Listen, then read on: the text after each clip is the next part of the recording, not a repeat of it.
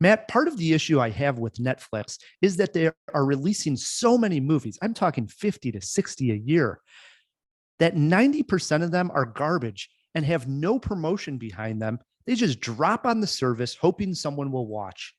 Such is the case with a film called I Came By. But this one looked a little strange, a little different. So Matt and I decided to take a chance on it and give it a spin. I Came By is a strange little film.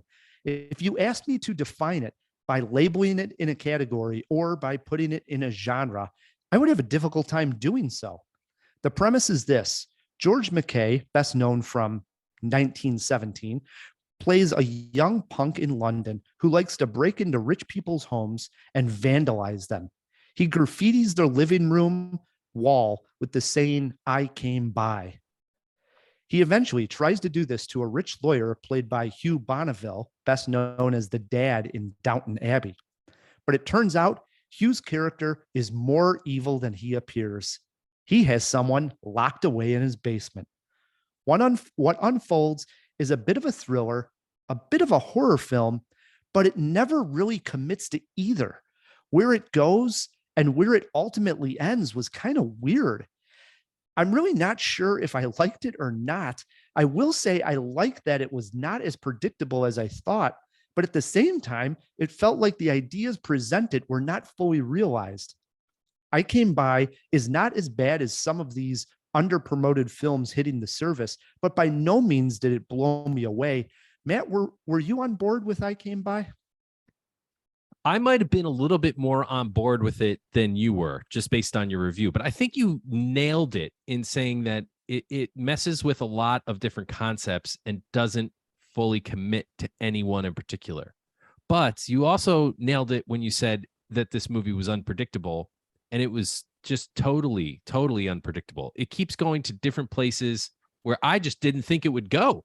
And I felt that it's really hard to trick me. And my wife hates this about me, and anybody who's a seasoned consumer of stories, whether that's movies or podcasts or whatever you're interested in, TV shows, things become very predictable. We've just seen all the formulas so many times, and we know when characters are going to die and why and who's going to get this and who's going to get that, what their motivations are. We're just like used to all the stories. But this one tricked me, fooled me, got around some of those expectations in a pretty satisfying way. Now, that being said, do I think that they could have done things a little better in terms of a cohesive tone? Yes.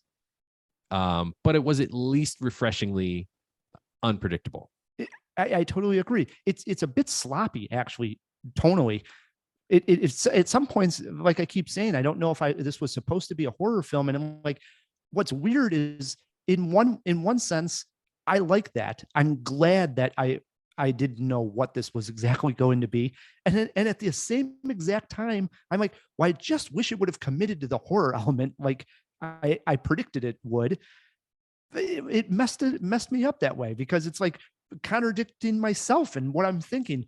But there's something that happens to a character, and these aren't even like twists, like, oh, it fooled me. It just went in a direction that's like, well, wait a minute, are we ever going to see this character again? You know what I mean? Like, I'm sure this character is going to come back into the movie, and then they don't, and you're like, don't. whoa, they in that way they commit. You know, it really did. I was like stunned. I'm like, so it's really going to go there. I haven't seen a movie like this in a very long time where it's just like, no, that character is not coming back in the movie. I was floored. Right. I'll say this without this dancing around spoilers here. This movie is not about who you might think it is about. Like where it ends is, I don't think what people will see from the beginning for the most part. I agree. I think that Hugh Bonneville, I don't know, were you a Downton Abbey fan at all, Matt? I don't know how much you watched Downton Abbey. Zero, but I have a couple of Downton Abbey fans in my family. So a couple of scenes here. Right. So he's the father in Downton Abbey. So it's amazing watching this guy be, evil on screen because he's usually so wholesome in Downton Abbey. So that was, I think, the ultimate draw, what took me into the movie originally.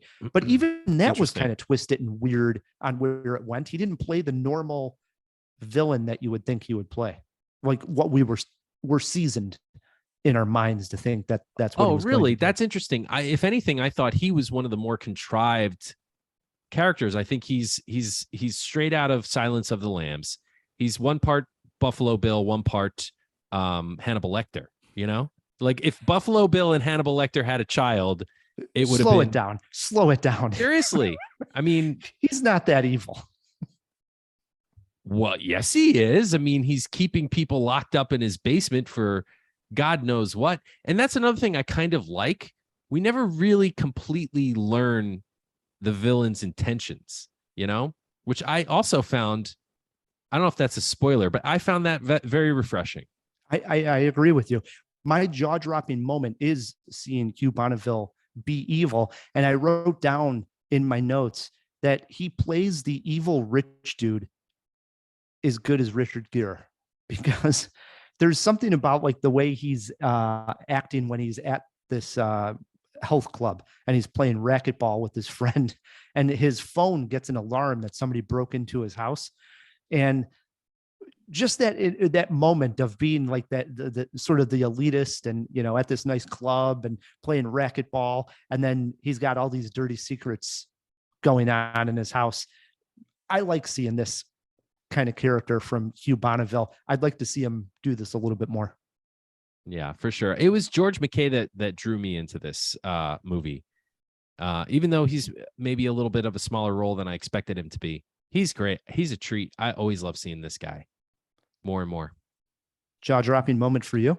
For me, the jaw-dropping moment is also to do with the villain when he is in his basement with a saw and he is explaining to another character what he needs to do with the saw and why. I found that to be so disturbing. I actually rewound the scene a couple of times to watch just his matter-of-factness about how he's going to use the saw and why is like chilling. It was chilling. It was great. One of the better horror moments of the year so far. Wow, that really got to you, huh? It did. I liked it. I watched it like 3 times. You are twisted. It really floored me. I was like, whoa, I gotta watch that again. It was disturbing. How about a movie poster quote?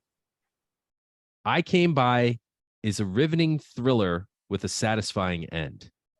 I went ahead and gave it the thriller moniker. I think that's where it lands. Thriller is what you would say. Not necessarily a horror film. If I had to describe this to a non-seasoned moviegoer, I would say it's a thriller. It's not exactly horror. You know, it's got some twists and turns, a bit of a mystery angle. So yeah. it's a thriller. How about this? A thriller with a horror flavor. Yes. I wouldn't argue with that. My movie poster quote is this: Downton Abbey meets Amityville Horror. I think Hannibal Lecter and Buffalo Bill is better, but okay. I am going 2 Jaws for I Came By. Middle of the road for me. How about yourself, Matt? 2.5. 2.5. This is one of the better movies I've seen on Netflix this year so far. I will say, for the little promotion that it had, I mean, this literally popped up because I saw a tweet about it and we were still discussing what movie to review this week, and literally popped up in a tweet. And then I checked who was in it and what it was about. And I said, ooh, this looks pretty interesting. But I mean, no promotion behind this movie at all. So right. Saved us from Kevin Hart and Mark Wahlberg. So. Right. I hope this review turns some people onto the movie because it does deserve some eyeballs on Netflix. So I agree.